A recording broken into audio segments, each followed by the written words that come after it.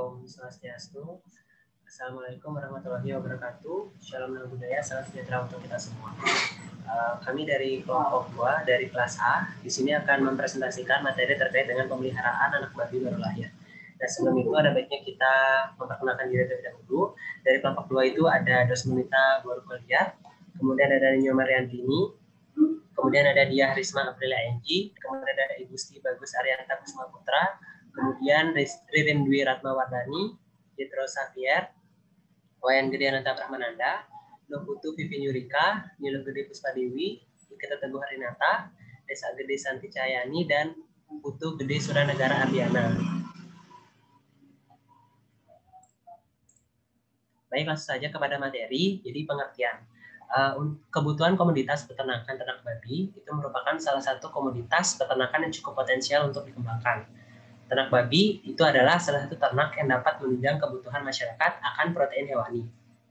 Nah, hasil dari ternak babi ini adalah anak babi.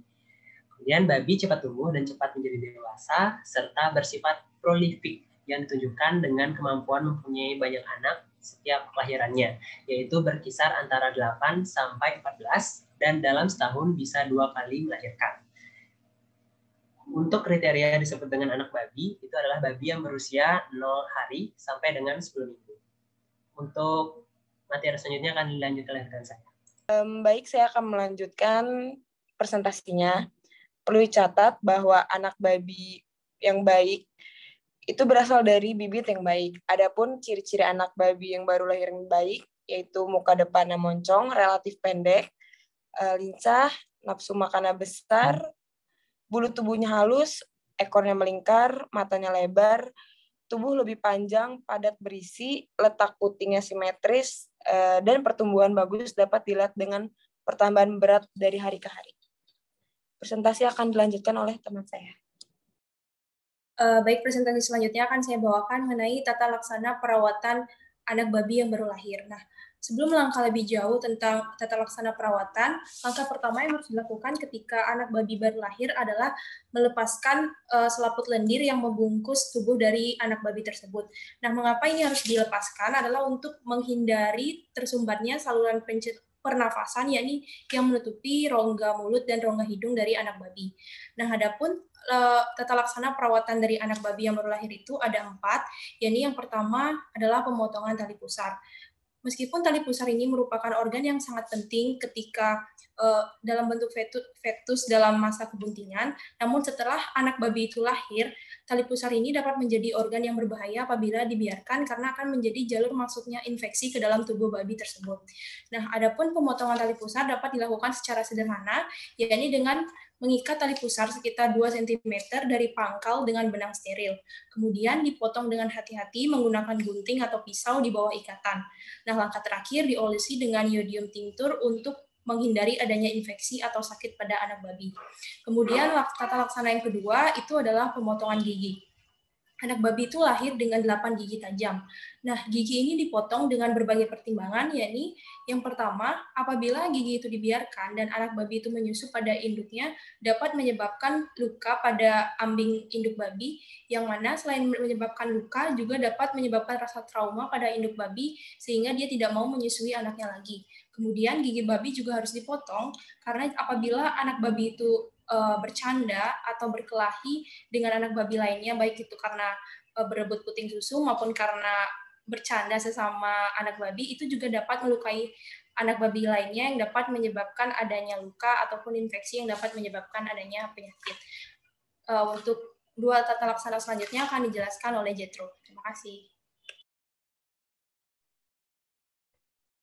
Untuk tata laksana setelah pemotongan gigi adalah pemotongan ekor, di mana pemotongan ini bisa dilakukan dari ujung hingga pangkal ekor, namun biasanya hanya 2/3 hingga 3/4 ekor. Pemotongan ini dilakukan agar mencegah di mana anak babi yang sering menggigit ekor sehingga bisa menyebabkan pendarahan.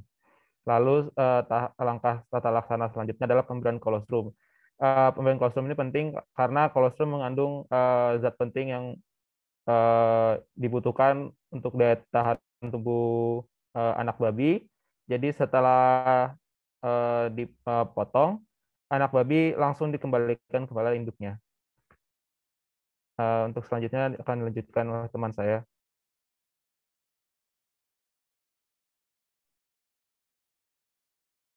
Baik, materi selanjutnya yaitu manajemen pemilihan bibit babi yang baru lahir.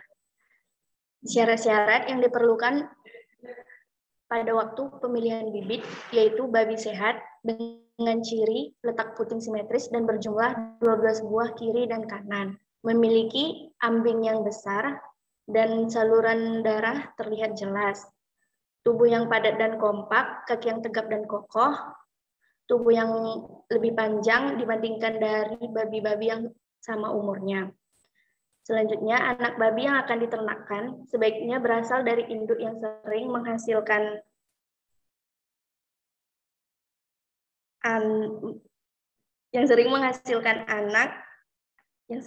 anak banyak atau biasanya mempunyai anak lebih dari 5 ekor dalam satu kelahiran dan sanggup atau menjaga anaknya sampai saat lepas susu, maupun pejantan yang sanggup atau mempunyai kemampuan kawin serta menghasilkan anak lebih dari 5 ekor.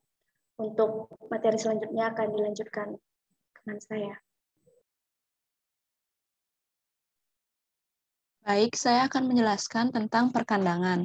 Untuk mencapai keberhasilan dalam usaha peternakan, khususnya ternak babi, antara lain perlu diusahakan suatu bangunan kandang yang baik, sebab hanya kandang yang baiklah yang akan mampu meningkatkan konversi makan dan meningkatkan pertumbuhan dan menjamin kesehatan ternak. Yang dimaksud dengan kandang yang baik di sini adalah suatu bangunan kandang yang dibangun menurut aturan kandang yang benar. Adapun fungsi kandang, kegunaan kandang begitu amat besar, baik terhadap hewan ternak yang dipelihara ataupun bagi peternaknya, sebab kandang berfungsi untuk menghindari terhadap lingkungan yang merugikan, misalnya adanya angin langsung, air hujan, dan terik matahari. Yang kedua, untuk mempertahankan kehangatan dalam kandang di waktu malam atau dingin.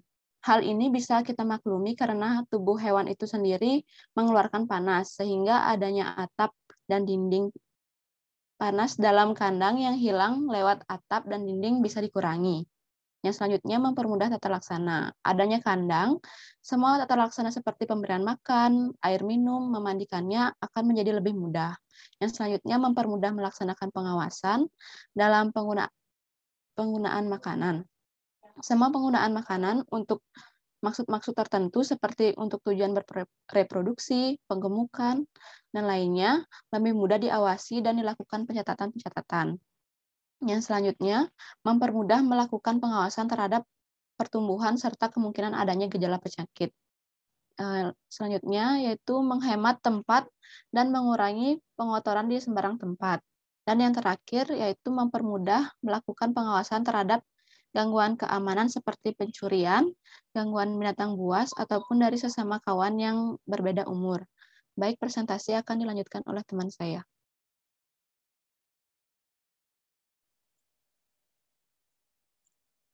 Baik, di sini saya akan menjelaskan mengenai manajemen perkandangan. Nah, perkandangan memiliki persyaratan yaitu harus bersih dan mudah dibersihkan setiap hari. Kandang dibangun dengan model terbuka. Di bagian atas dinding kandang, lantai kandang merupakan lantai semen yang memiliki kemiringan 15-20 derajat.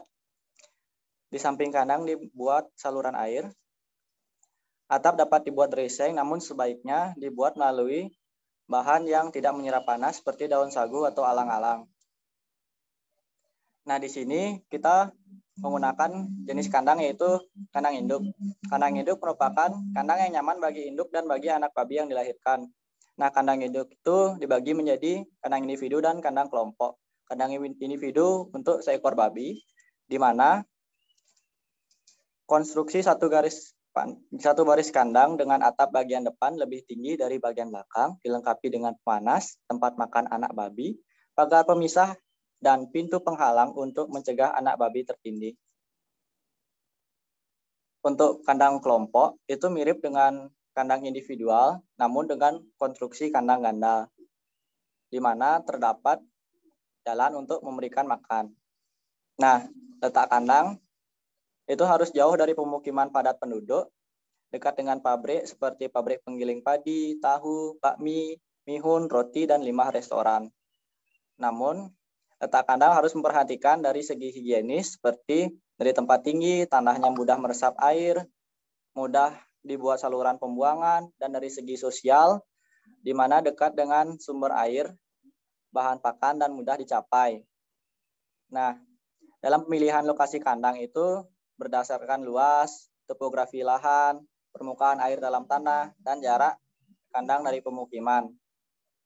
Untuk konstruksi kandang ada ventilasi udara, dinding sebagai pembatas, atap sebagai pembatas bagian atas, dan lantai pencegah kelembapan dari bawah tanah. Ukuran sesuai dengan jumlah, umur, dan jenis ternak. Untuk kelengkapan, yaitu tempat makan, minum, bak air, penampung kotoran, dan pintu kandang. Suhu optimal bagi anak babi baru lahir, yaitu 35 derajat. Nah, suhu ini bisa berubah-ubah tergantung dari umur dan beratnya. Biasanya suhu optimal bagi ternak babi berbeda-beda. Namun, anak babi baru lahir memerlukan suhu yang relatif lebih tinggi, sedangkan babi dewasa memerlukan suhu yang relatif rendah. Biasanya kita untuk suhu lingkungan mikro itu harus dimodifikasi agar sesuai dengan tuntutan hidup ternak babi yang dipelihara dalam kandang. Selanjutnya akan dipresentasikan oleh rekan saya. Baik, selanjutnya saya akan menjelaskan tentang pakan khusus untuk anak babi yang baru lahir. Air susu induk merupakan pakan terbaik bagi anak babi yang baru lahir, di mana air susu pertama atau kolostrum induk itu penting untuk didapatkan oleh semua anak babi yang baru lahir sebagai sumber utama kekebalan tubuhnya dalam melawan penyakit. Kolostrum sendiri merupakan protein tinggi kaya akan globulin yang berfungsi untuk mencegah infeksi. Kandungan protein pada kolostrum babi adalah sebanyak 17%, di mana lebih tinggi dibandingkan air susu babi biasa yang kandungan proteinnya hanya 5,5%. Jadi perlu diperhatikan pakan untuk induk babi saat bunting dan menyusui karena nutrisi pakan yang terkandung dalam pakan induk itu akan mempengaruhi kolostrum yang diberikan kepada anak babi yang baru lahir nanti. Untuk air susu dari induk babi ini akan menurun setelah puncak produksi yang dicapai, kurang lebih 3 minggu setelah beranak. Jadi pemberian zat makanan dan ransum sangat diperlukan. Anak babi sebaiknya sedini mungkin dikenalkan dengan pakan agar anak babi tidak terlalu bergantung pada susu dan juga untuk meminimalkan stres pada saat penyapihan. Memberi pakan ke anak babi pada waktu menyusu lebih baik dimulai pada umur kira-kira 1 minggu, tetapi berdasarkan penelitian, pakan juga dapat diberikan setelah 36 jam kelahiran. Pemberian crib feeding dengan pakan pelet berkualitas tinggi mengandung susu dapat dilakukan sebagai antisipasi jika produksi susu induk tidak mencukupi dan untuk mengenalkan pakan pada anak babi. Crib feeding ini merupakan komposisi bahan makanan yang mudah dihisap dan mudah dicerna oleh anak babi. Pada gambar di samping itu merupakan produk Rescue Cup dari Cargill yang dibuat merupakan suplemen nutrisi neonatus yang dibuat dari bahan-bahan terpilih tanpa antibiotik. Jadi Rescue Cup ini merupakan mangkuk yang otomatis berisi puting. Desainnya ini untuk mempermudah anak babi untuk minum, mencegah susu mengalir kembali ke pipa, dan menjaga kebersihan susu. Biasanya peternak memasang wadah Rescue Cup ini di samping induk yang sedang menyusui, sehingga memberikan suplemen kepada anak babi yang tidak mendapatkan cukup susu dari induknya. Untuk zat besi akan dilanjutkan oleh rekan saya. Terima kasih. Baik, di sini saya akan menjelaskan mengenai zat besi. Untuk mencegah defisiensi dari zat besi ini, maka setelah umur 2-3 hari, anak babi itu diberi larutan zat besi yang dioles pada puting susu induk atau diberi per oral atau dengan suntikan. Nah, mengapa anak babi ini perlu diberi tambahan zat besi? Nah, itu karena pada saat lahir, kandungan zat besi hanya 40 mg. Nah, padahal anak babi butuh zat besi 7 mg per hari. Nah, maka dalam 6 hari sudah habis sehingga berpotensi anemia. Nah, pada kandang tanah sebenarnya anak babi bisa secara alami mendapatkan mineral zat besi di tanah. Nah, namun pada kandang beton, mau tidak mau harus diberi tambahan zat besi. Baik, penjelasan selanjutnya akan dijelaskan oleh teman saya. Terima kasih.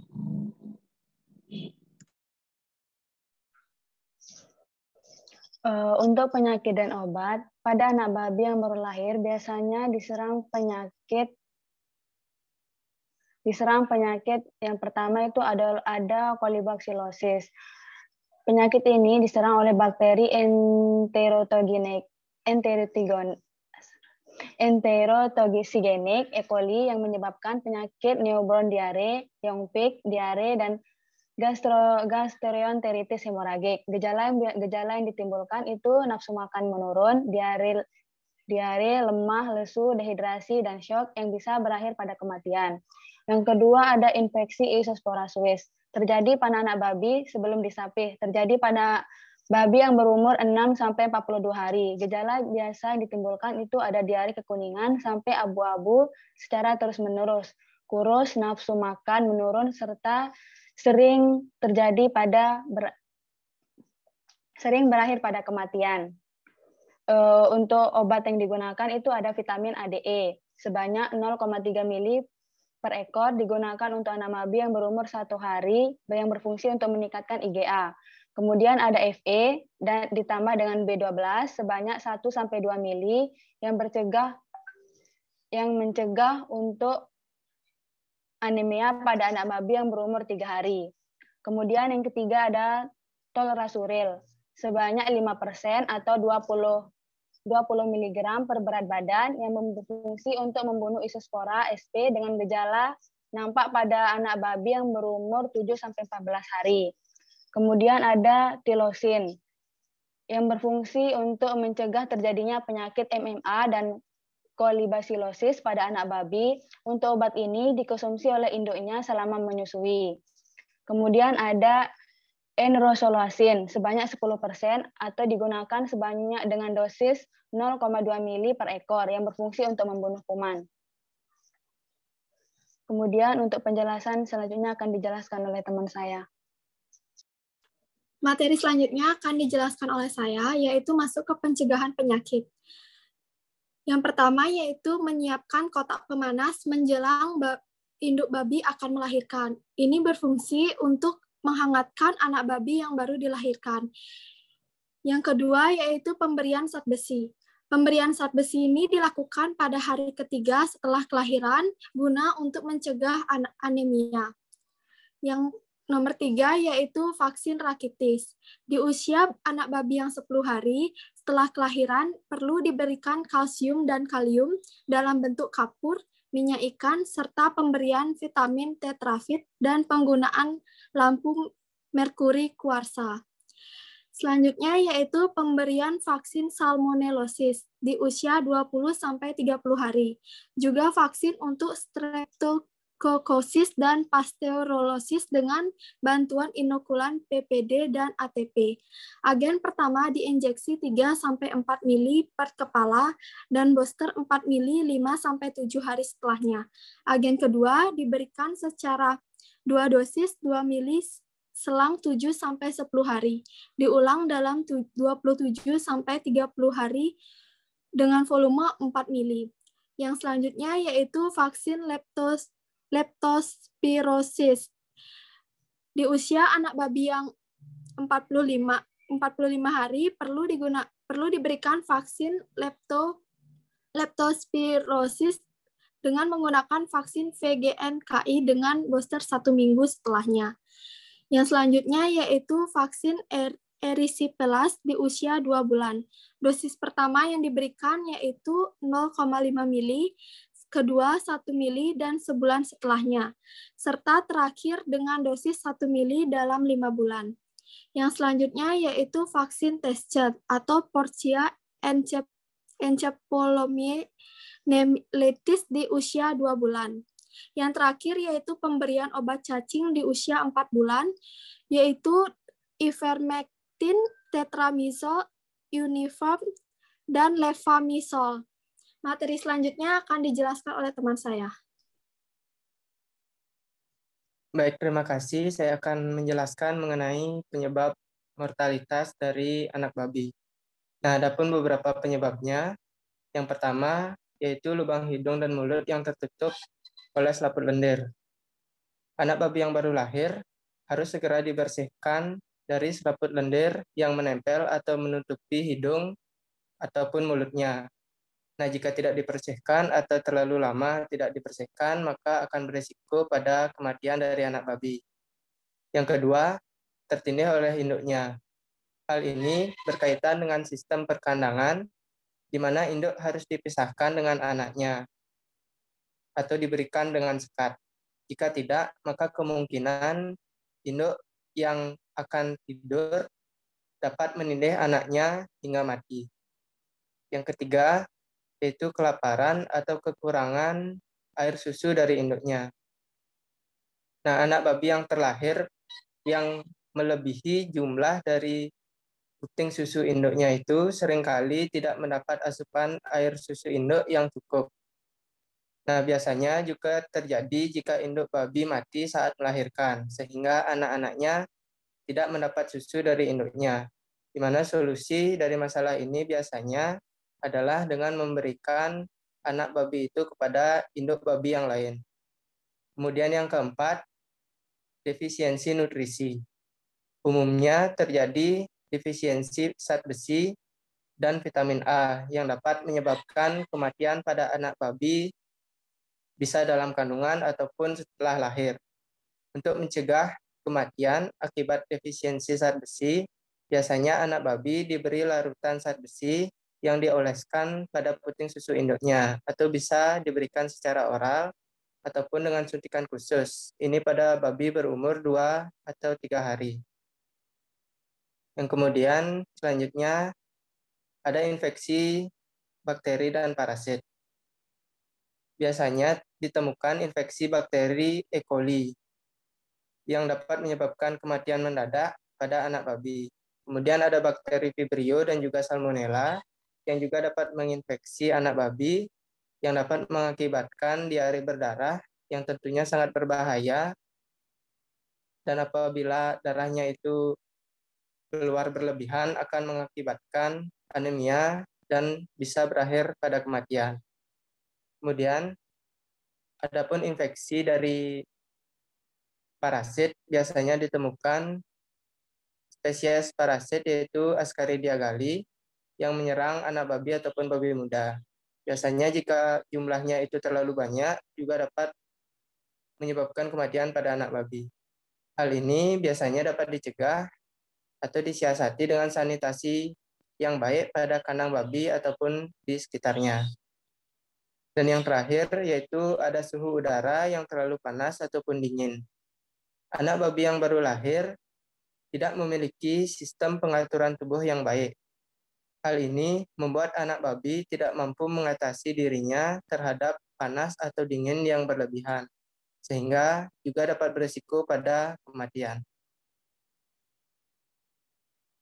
Slide selanjutnya. Baik, mungkin itu saja yang dapat kami jelaskan. Terima kasih.